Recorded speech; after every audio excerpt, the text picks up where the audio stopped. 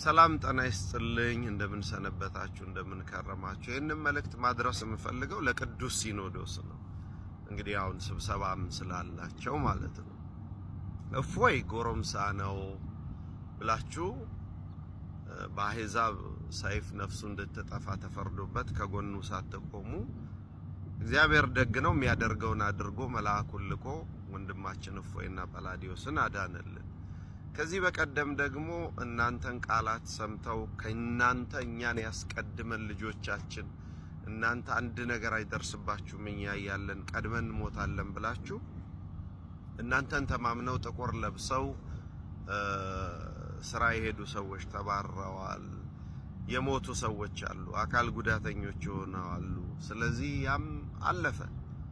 አሁን ደግሞ አፍንጫችሁ ስር የተቀመጡት ብፁዕ አቡነ ገብርኤል በአደባባይ ኢየሱስን አናፍርበትም፣ ማርያም ቤዛ አትባልም፣ እንደዚህ ብለው የተለያየ ትምህርት በስራ ይጸደቅም፣ ስራ አስፈላጊ አይደለም ብለው የተለያዩ ትምህርቶችን ሲሰጡ ተደምጠዋል። እና ይሄንንስ ምን ታደርጉት ይሆን የሚል ጥያቄ ነው። ምን ጠይቅ ምንድነው የምታደርጉት?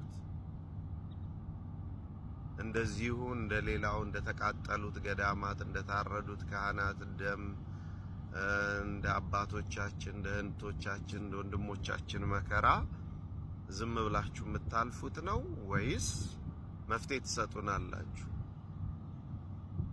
አይ ሆፕ መፍትሄ ትሰጡናላችሁ ብለን እናምናለን።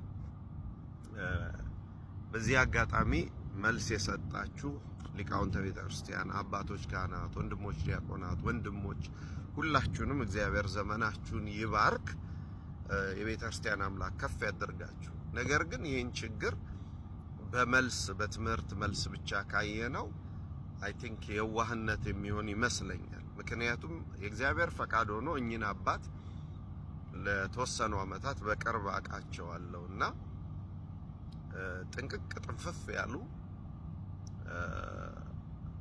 ሙያ የተካተተላቸው አባት ናቸው።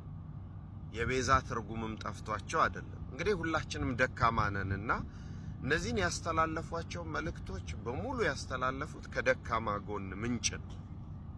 ሁላችንም ድካም አለ። ስለዚህ በደካማ ጎናቸው ተገብቶ የተሰጣቸው ድፍረት ነው እንጂ የእውቀት ወይም የትምህርት ማነስ አይደለም። ስለዚህ ይህን ችግር ከስሩ ነቅለን መጣል ከፈለግን ይሄ ማህበር ተሽሎታል ወይ? ከሊቃነ ጳጳሳትስ ላይ ራስ መቼ ነው የሚወርደው?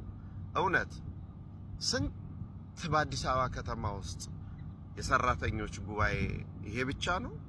የአየር መንገድ ሰራተኞች፣ የአንበሳ አውቶቡስ፣ የግብርና የተለያዩ መስሪያ ቤቶች፣ አውራ ጎዳና መስሪያ ቤት፣ በጣም በርካታ መስሪያ ቤቶች ጉባኤ አላቸው። አንዳቸውም ሊቃነ ጳጳሳት አይጠሩም። በጣም ከፍተኛ በዓል ከሌላቸው በስተቀር የቤተ ክርስቲያንን ክብር ስለሚፈልጉ የቤተ ክርስቲያንን ክብር ስለሚያውቁ ሊቃነ ጳጳሳት አይጋብዙ። ምክንያቱም ብዙ ወንድሞች ዲያቆናት፣ መምህራነ ቤተ ክርስቲያን ከቅዱስ ጳውሎስ ከቅድስት ሥላሴ በቤተ ክህነቱ በየአድባራቱ ብዙ ወንጌላውያን ስላሉ ገፋ ቢል ቄሶች ወይም ደግሞ መነኮሳት ቆሞሳት ይጠራሉ እንጂ በፍጹም ሊቀ ጳጳስ አስቀምጠው በየሳምንቱ እንደዚህ ያስደርጉ። እንደ ፍትሐ ነገሥታችንም ከሆነ አንድ የሀገረ ስብከት ሊቀ ጳጳስ አንድ ጉባኤ ላይ ምን ይሰራል? የዘወትር ጉባኤ ላይ ከአንድ በላይ ሊቀ ጳጳስ ሀገር የሚመሩ ሀገረ ስብከት ያላቸው ሊቃነ ጳጳሳት ከአንድ በላይ ሊቀ ጳጳስ በአንድ የሰራተኛ ጉባኤ ወይም የዘወትር ጉባኤ ላይ እንዴት ይገኛል? ሰው ጠፍቶ ነው ወይስ አጀንዳው ሌላ ነው?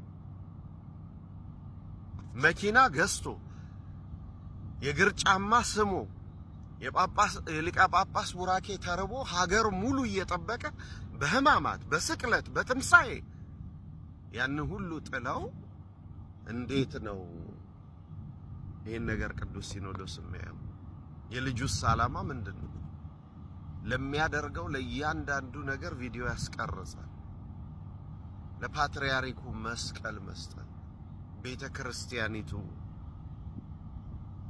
ይሄን አታደርግም ወይስ ፓትርያርኩ የመስቀል እጥረት አለባቸው?